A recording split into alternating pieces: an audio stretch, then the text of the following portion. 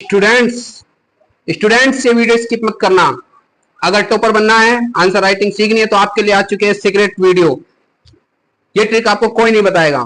दोस्तों मैं राहुल सर लेकर आया हूं आपके लिए वीडियो नंबर 12। इसके अंदर हम डिस्कस कर रहे हैं कि किस प्रकार हम क्वेश्चन की डिमांड को पूरा करते हैं और डिमांड ऑफ क्वेश्चन क्या होता है। जब तक डिमांड ऑफ क्वेश्चन आपको नहीं पता होगा आप आंसर नहीं कर पाओगे। आपको बहुत नॉलेज है, आपने 1 साल 2 साल 3 साल 5 साल से स्टडी कर रहे हो, लेकिन सबसे बड़ी समस्या यह है कि क्या आपको क्वेश्चन की डिमांड समझ में आती है। क्वेश्चन की डिमांड अगर आपको समझ में नहीं आती तो इसका मतलब ये है कि आपने पेट भर के खाना तो खा लिया लेकिन आपको न्यूट्रिशन नहीं मिले। ठीक है, तो मैं बताता हूं कि क्वेश्चन की डिमांड को कैसे पूरा किया जाता है। इसके 14 पॉइंट होते हैं, 14 पॉइंट्स होते हैं जिनसे हम समझते हैं कि इसमें क्या लिखना होता है। इससे पहले 11 पॉइंट्स का मैं डिस्कशन कर चुका हूं। ये है पॉइंट नंबर 12। अगर किसी क्वेश्चन के देखो इसे समझना कि अगर किसी क्वेश्चन के लास्ट में लिखा है समीक्षा करे, क्या लिखा है, समीक्षा करे। जैसे क्वेश्चन है नई शिक्षा नीति की समीक्षा करे, तो समीक्षा करे का मतलब क्या होता है। जब तक आपको यही नहीं पता होगा तो आप आंसर में क्या लिखोगे, समझ मेरी बात। देखो अभी लिखा किसी विषय का आलोचनात्मक मूल्यांकन क्रिटिकल इवैल्यूएशन करना।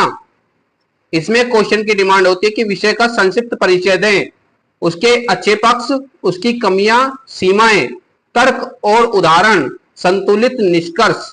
ठीक है, जैसे समीक्षा में केवल जानकारी नहीं देते बल्कि यह भी बताते हैं कि वह कितना सही या प्रभावी है, कहां अच्छा है, कहां कमी है।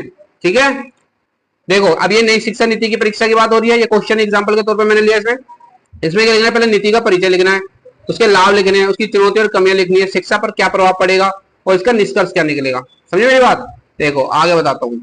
ये देखो ये जो आंसर है, आंसर का स्ट्रक्चर क्या है, विषय का संक्षिप्त परिचय है, विषय का संक्षिप्त परिचय, नई शिक्षा नीति का संक्षिप्त परिचय दें, कब लागू हुई, मुख्य उद्देश्य, प्रमुख विशेषताएं आदि ये बताओ, अच्छे पक्ष लिखो, नीति के सकारात्मक पहलू जैसे लचीलापन, कौशल विकास, बहुभाषिकता, शोध का बढ़ावा, कमियां, नीति की चुनौतियां, संसाधनों की कमी, कठिनाइयां, असमानता की समस्या, तर्क और उदाहरण, अपने विचार के समर्थन में तर्क दें, आवश्यक उदाहरण शामिल करें जैसे डिजिटल शिक्षा, स्कूली ढांचा आदि के बारे में बताएं, संतुलित निष्कर्ष, कुल मिलाकर नीति के प्रभाव का संतुलित मूल्यांकन करें, भविष्य के लिए सुझाव दें। संतुलित मतलब होता है कि इसके अंदर आप कमियों को डायरेक्ट कमी नहीं बोलोगे, उसमें बताओगे कि हम इसमें सुधार कर सकते हैं, इंप्रूवमेंट कर सकते हैं। ठीक है, अब इसमें एक कंक्लूजन क्या है कि समीक्षा करे अगर लिखा है तो उसमें क्या लिखना है, अच्छाई भी लिखनी है, कमी भी लिखनी है, एनालाइज भी करना है, उसके बारे में बताना है उसको। ठीक है, तो ये आंसर आपको कंप्लीट होगा और आपको फुल मार्क्स मिलेंगे।